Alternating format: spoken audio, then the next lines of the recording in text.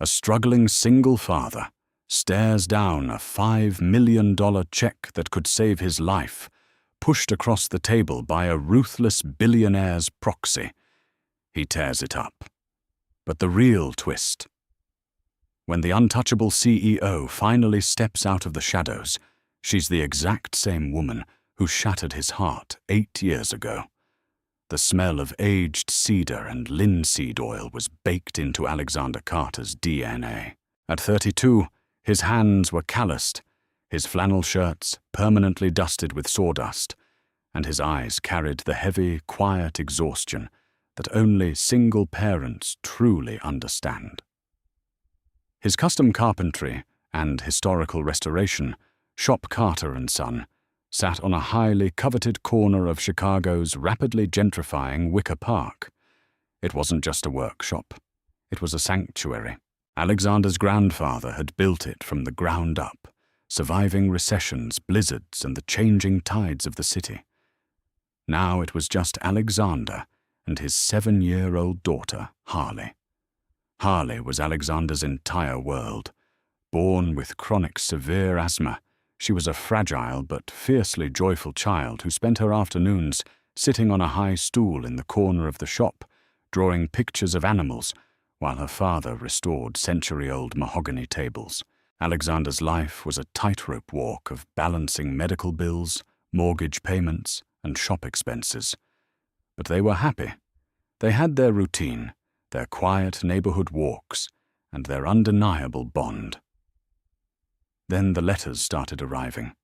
Crisp, heavy-stock envelopes bearing the gold-embossed logo of Anderson Holdings, a global real estate conglomerate known for bulldozing history to build luxury.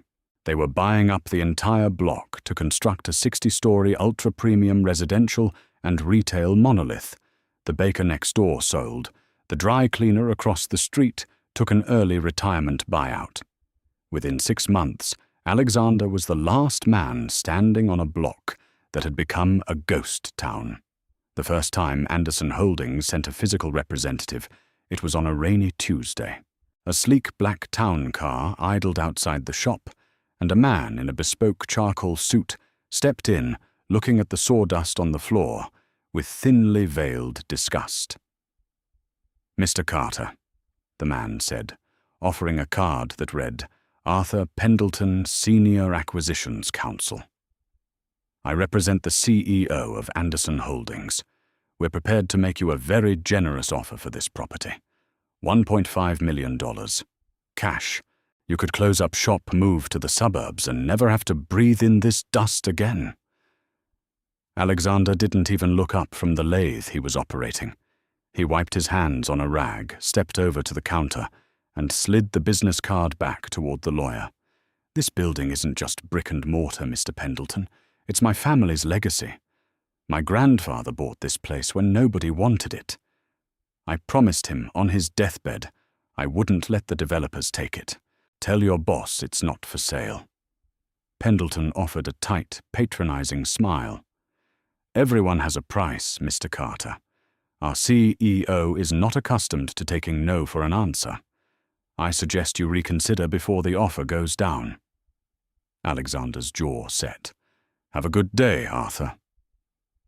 When the lawyer left, Alexander thought that would be the end of it. He severely underestimated the ruthlessness of Anderson Holdings. When bribery failed, the corporate sabotage began. It started subtly.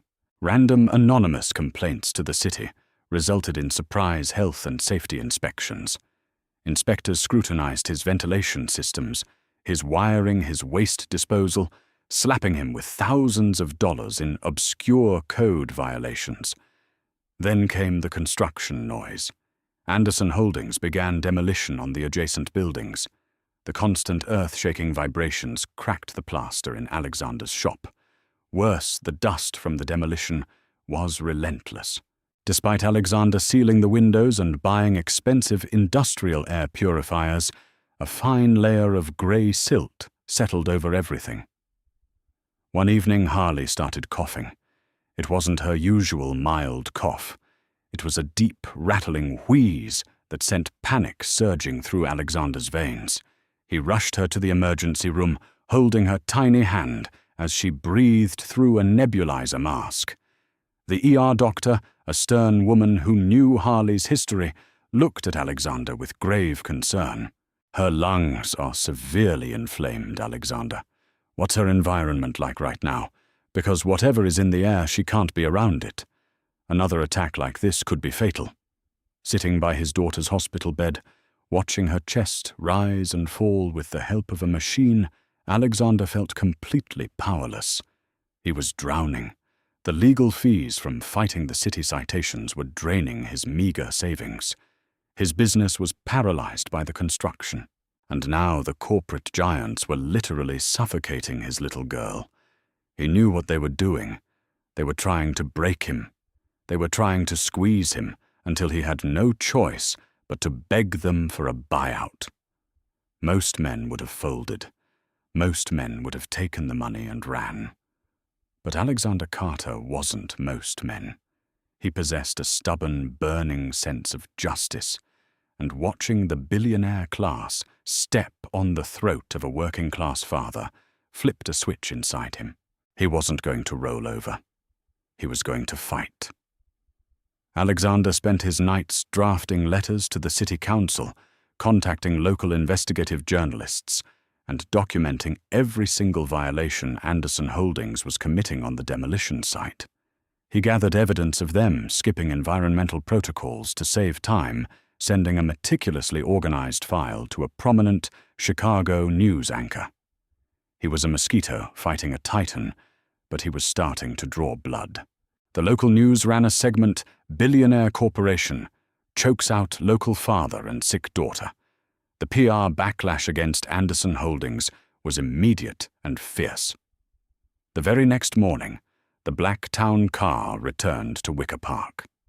Arthur Pendleton walked into the shop, but the smug superiority was gone, replaced by a strained, rigid urgency. He carried a thick leather briefcase and locked the deadbolt on the shop door behind him. Alexander was standing behind the counter, arms crossed, staring the lawyer down. "Unless you brought a mop to clean up the dust, your bulldozers kicked up unlock my door and get out." Pendleton sighed, setting the briefcase on the counter and snapping the golden clasps open. "You've made quite a mess, Mr. Carter. The media circus is a nuisance. My employer does not like nuisances." "Tell your employer to stop trying to kill my kid." Alexander spat, his voice deadly quiet. "My employer, Pendleton said carefully, has authorized a final definitive resolution to this problem. A golden parachute. One that acknowledges the unfortunate environmental impact our demolition has had on your daughter's health." Pendleton slid a pristine black folder across the scratched wooden counter. He opened it. Inside was a cashier's check fully authenticated, alongside a binding contract. Alexander looked at the numbers printed on the check. He blinked, thinking he had misread the zeros. $5 million. $5 million, Pendleton said softly, letting the weight of the number hang in the air. Tax-free. Furthermore, as part of this settlement, Anderson Holdings will purchase a 4-bedroom, fully detached home in the pristine air of the North Shore suburbs, completely in your name. We have also set up a $2 million medical trust for Harley. The best doctors, the best schools, all of it yours. Today. Alexander stared at the paper. His heart pounded against his ribs like a trapped bird. $7 million in total value. He thought of the terrifying beep of the heart monitor in the hospital. He thought of the late nights staring at unpaid bills, the sheer terror of not being able to provide for Harley if he got injured in the shop.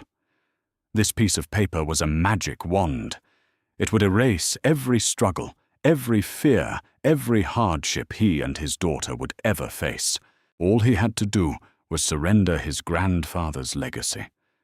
All he had to do was sign a non-disclosure agreement stating he would retract his statements to the press, claim it was a misunderstanding, and quietly disappear. He reached out his calloused fingers, brushing the edge of the check. Pendleton smirked, a triumphant gleam returning to his eyes. "Everyone has a price," the lawyer's eyes seemed to say. Alexander looked at the check, then looked up at the wall behind the counter. Hanging there was a framed, faded photograph of his grandfather, covered in sawdust, smiling proudly in front of the very building they were standing in. Below it was a drawing Harley had made of the shop captioned in crayon "Daddy's Castle." A dark, heavy silence fell over the room. Alexander picked up the check, and then, with slow, deliberate precision, he tore it in half. Pendleton's jaw dropped. "Are you insane?" Alexander placed the torn pieces back in the folder. "I'm not a line item on a spreadsheet, Arthur.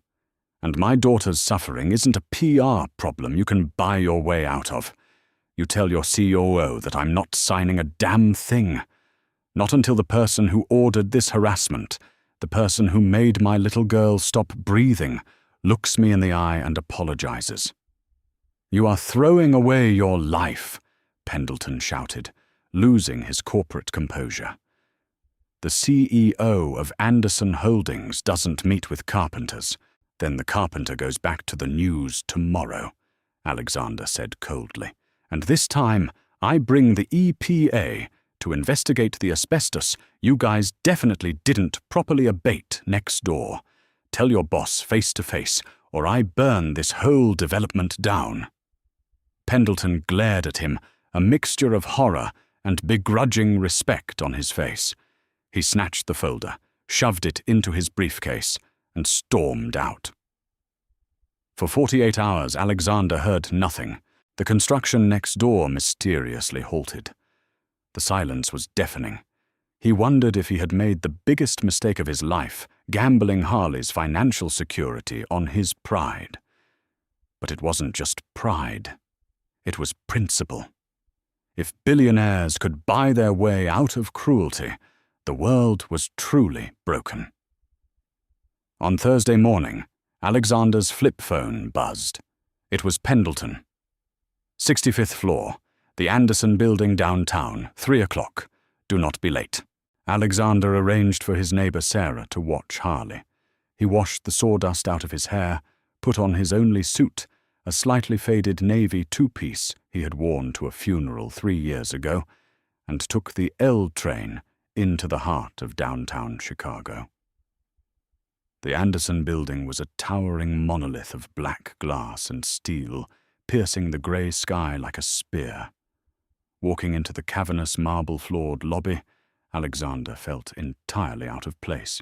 He was surrounded by wealth, by people in designer clothes, moving with ruthless purpose. He approached the security desk, gave his name, and was escorted to a private velvet-lined elevator that required a keycard. The numbers ticked upward. 50, 55, 60, 65. The doors parted with a soft chime.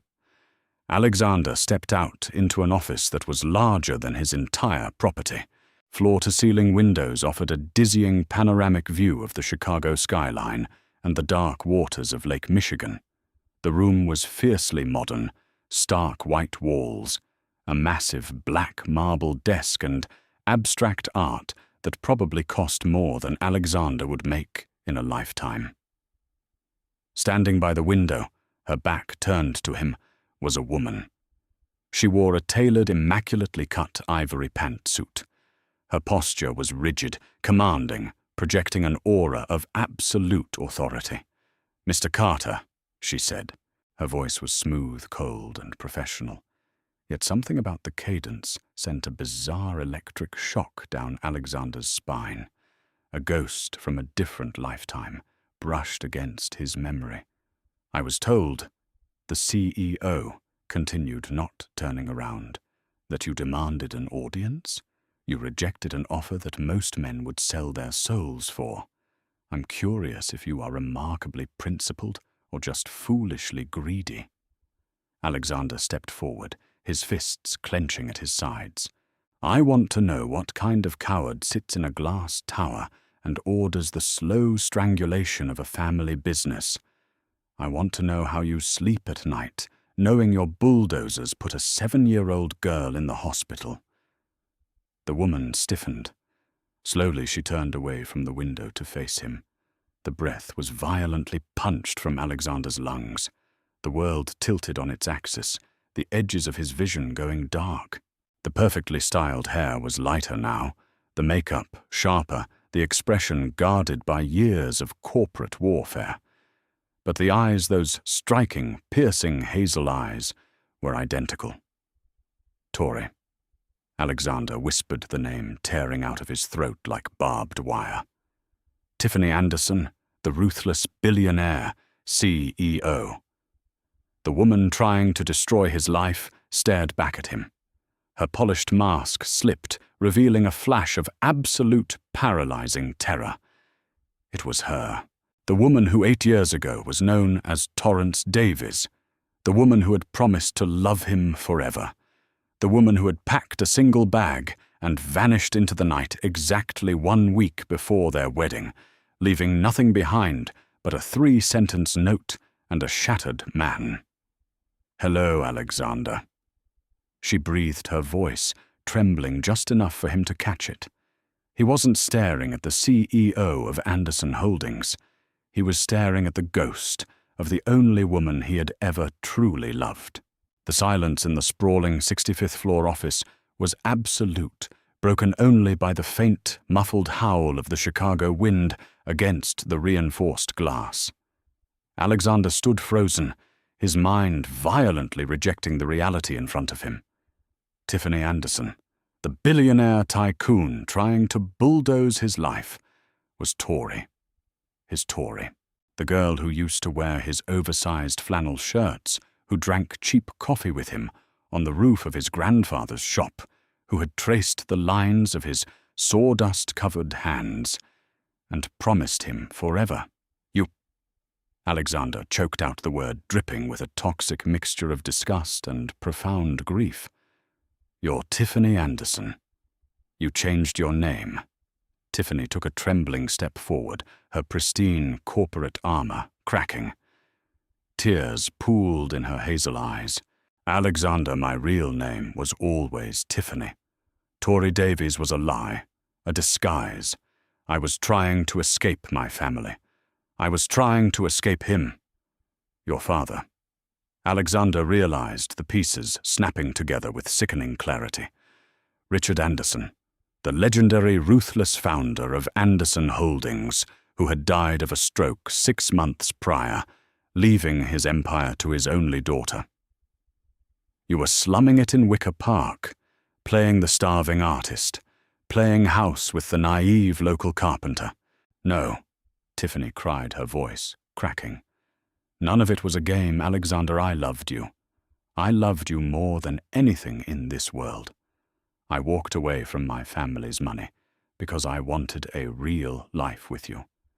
But my father, he found us." Alexander let out a harsh, bitter laugh, pacing the length of the marble floor. "So he found you, and what he cut off your trust fund, so you packed your bags a week before our wedding and ran back to the mansion. He didn't threaten my money, Alexander. He threatened you." Tiffany shouted, tears finally spilling over her cheeks, ruining her perfect makeup. She grabbed the edge of her mahogany desk to steady herself. "My father was a monster. He had the best lawyers and the dirtiest fixers in Chicago. He found out about us and he gave me an ultimatum. Come home, assume my role as his heir, or he would destroy you. He had already bought the mortgage debt on your grandfather's shop through a shell company. He told me that if I stayed, he would foreclose on the shop frame you for embezzlement and make sure you rotted in a federal prison. I left because it was the only way to save you." Alexander stopped pacing, his heart hammered violently against his ribs. The sheer scale of the manipulation was staggering, but the betrayal still burned hot in his veins. "You should have told me," Alexander said, his voice dropping to a dangerous low gravel. "We could have fought him, but you made the choice for both of us. And you didn't just leave me, Tori. You left her. Tiffany blinked, confusion cutting through her tears. Left who? Alexander stared at her, his eyes narrowing. Don't play dumb with me. You don't get to feign ignorance now, not after your bulldozers put her in the hospital. Not after you sent your lapdog Pendleton to bribe me with $5 million to walk away from my own flesh and blood. Alexander, I don't know what you're talking about. Tiffany pleaded, her voice trembling with genuine panic. I didn't know you owned that shop. The Wicker Park acquisitions were initiated by my father 2 years ago before he died. I just inherited the portfolio. I signed off on the evictions blindly. If I had known it was you, my God, Alexander, I would have stopped it immediately. But who did I leave? Who is in the hospital? Alexander felt a cold, terrifying dread wash over him. He looked deep into Tiffany's eyes, searching for a lie, but all he saw was desperate, raw confusion. Harley, Alexander whispered. My daughter. Our daughter. Tiffany froze. All the blood drained from her face, leaving her as pale as a ghost. The room seemed to spin around her. What? 7 years ago? Alexander said, his voice shaking. 7 months after you disappeared, I got a call from the State Department of Child and Family Services. They told me a woman had given birth at St. Jude's Medical Center, surrendered the baby, and waived all parental rights. But she put my name on the birth certificate as the father. I took a DNA test. She was mine. I named her Harley. I raised her alone, Tori. I spent the last 7 years cursing your name for abandoning our little girl like she was garbage. Tiffany's knees buckled. She collapsed onto the floor, the tailored ivory suit crumpling against the cold marble. She let out a sound, a guttural, agonizing wail of pure, unadulterated heartbreak that echoed off the glass walls of the office. No, she sobbed, clutching her chest as if her heart was being physically ripped out. No, no, no. That's impossible, Alexander. He told me she died. Alexander froze. What? I was pregnant when I left you. Tiffany wept, rocking back and forth on the floor. It was the real reason my father forced me back. He couldn't have his heir bearing a working-class carpenter's child.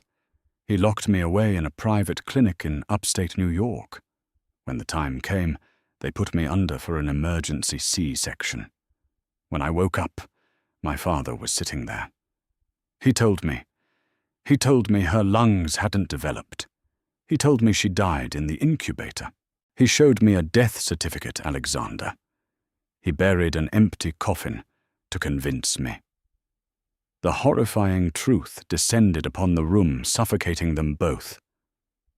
Richard Anderson hadn't wanted the child, but he hadn't wanted the legal risk of murder either.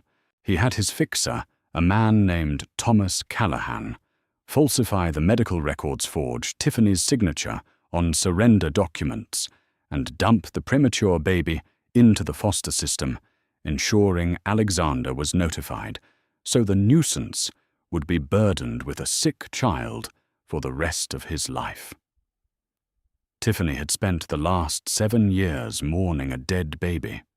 Alexander had spent the last 7 years hating a mother who he thought abandoned them. And all the while, Richard Anderson had sat in this very tower, pulling the strings of their tragedy. Alexander dropped to his knees in front of Tiffany. The anger that had fueled him for 8 years evaporated, replaced by a profound, overwhelming sorrow.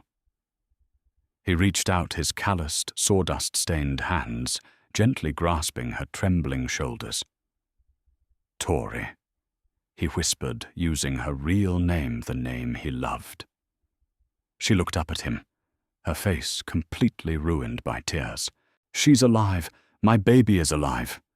She's alive. Alexander choked out tears, finally breaking free from his own eyes. She has your eyes, and she's the best thing that ever happened to me. And I almost killed her, Tiffany sobbed, burying her face in her hands.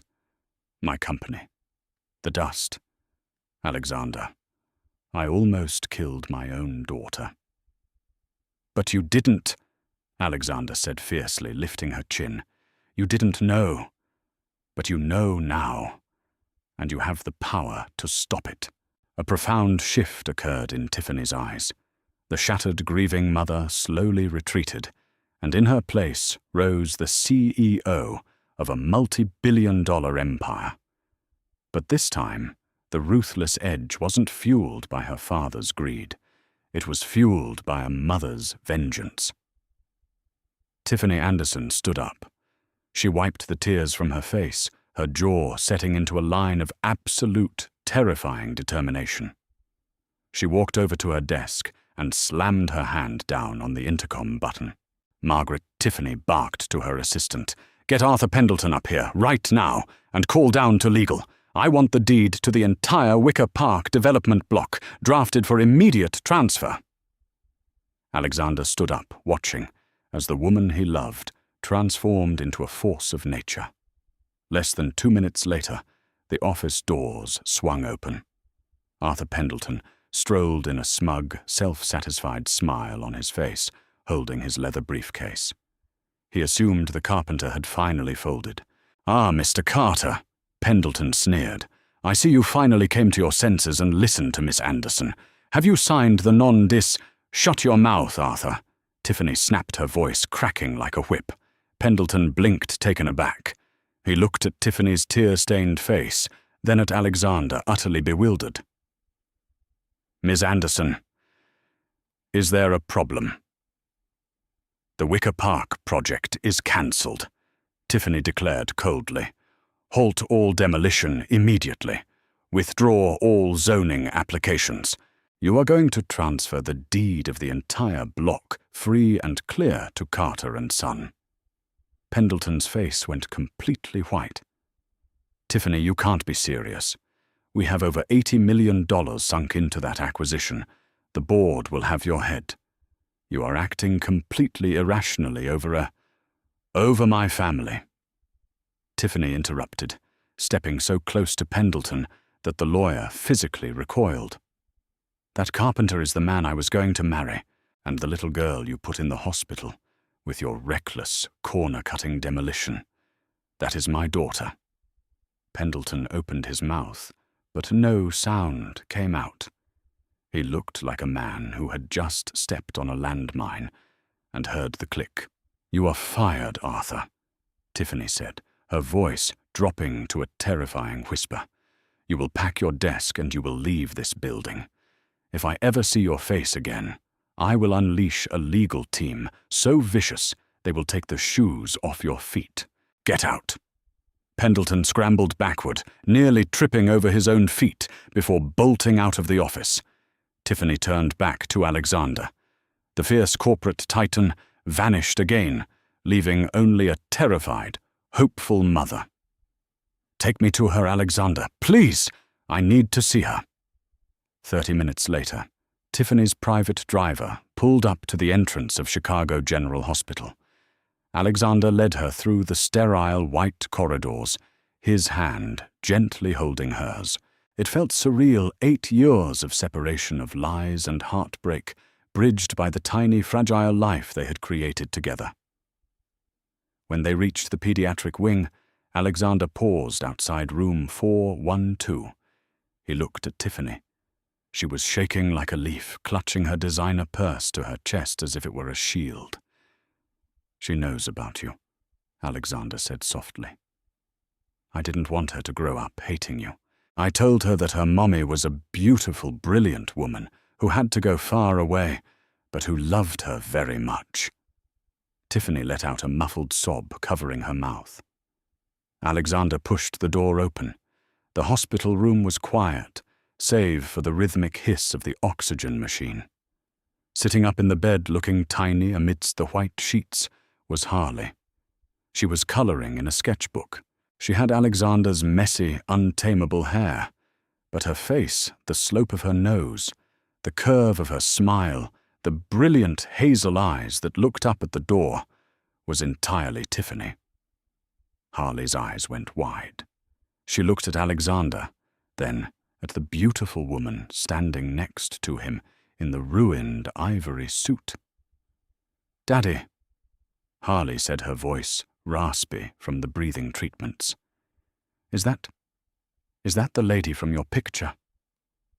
Alexander smiled, tears blurring his vision. He walked over to the bed and kissed his daughter's forehead. "Yeah, Bug. It is. This is your mum." Tiffany couldn't hold it back anymore. She rushed forward and dropped to her knees beside the hospital bed. She didn't care about the IV lines or the monitors. She reached out with trembling hands and gently, reverently touched Harley's cheek. "Hi, sweetie." Tiffany choked out tears cascading down her face. "I'm so sorry it took me so long to find you. I'm so sorry." Harley looked at Tiffany with the pure, unburdened innocence that only a child possesses. She didn't see a billionaire. She didn't see a CEO. She just saw the mother she had dreamed of. Harley reached out her little hand and wiped a tear from Tiffany's cheek. "It's okay, Mommy," Harley whispered. "Daddy said you would come back when you could." Tiffany broke down, burying her face into Alexander's chest as he wrapped his arms around both of them. For the first time in 8 years, the gaping, bleeding hole in Alexander's heart closed. The empire of lies that Richard Anderson had built to separate them had crumbled to dust, destroyed by the undeniable, unbreakable bond of family. In the weeks that followed, the Wicker Park block underwent a massive transformation, but not the one the developers had planned. Tiffany legally dissolved the luxury condo project. Instead, using her vast resources and Alexander's unmatched craftsmanship, they converted the adjacent lots into a sprawling state-of-the-art community center and a massive public park, ensuring the neighborhood breathed clean, fresh air for generations. At the corner of the block, untouched and beautifully restored, stood Carter and Son. And inside, running between the heavy oak workbenches, was a little girl with a clean bill of health, closely watched by a carpenter and a CEO who had finally found their way home. What an incredible journey of betrayal, heartbreak, and ultimate redemption, from a ruthless corporate takeover to the shocking discovery of a stolen family. Alexander and Tiffany's story proves that no amount of money or manipulation can ever truly destroy the bonds of true love. If you were on the edge of your seat during this emotional roller coaster, please hit that like button, share this video with someone who loves a massive plot twist, and subscribe to our channel for more unbelievable real-life drama stories.